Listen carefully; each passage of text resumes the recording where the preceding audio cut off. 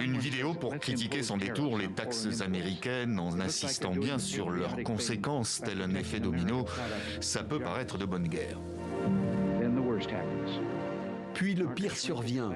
Les marchés se contractent et s'effondrent. Les entreprises et les industries ferment et des millions de personnes perdent leur emploi. Seulement, là où la règle du jeu est faussée, c'est que la voie utilisée par la province de l'Ontario est celle d'un discours de Ronald Reagan dans lequel il s'opposait en 1987 à toute forme de taxe prévoyant le scénario du pire pour l'économie américaine et le reste du monde. Pendant ce temps, quelque chose de pire se produit.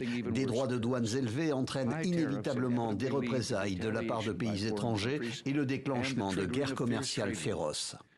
Autrement dit, Donald Trump, rappelé à la raison par l'un de ses prédécesseurs aujourd'hui disparu, lui aussi républicain. C'en est trop pour le président américain qui a fait des taxes une véritable arme de négociation. Il dénonce un comportement scandaleux avec toute la malveillance nécessaire pour tenter d'influencer son propre électorat et les tribunaux du pays appelés à se prononcer sur le bien fondé de ces taxes douanières. Piqué au vif, c'est en caractère gras sur son réseau social qu'il balaye tout en pleine nuit. Toutes les négociations commerciales avec le Canada sont terminées. Son secrétaire d'État assume une telle réaction. Ce qui s'est passé, c'est qu'un dirigeant canadien a diffusé aux États-Unis des publicités sur le commerce et les tarifs douaniers qui ont sorti de leur contexte les propos du président Reagan. Même la Fondation Reagan les a critiqués.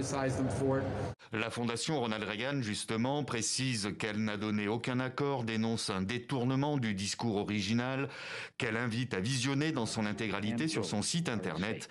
Elle envisage des actions en justice.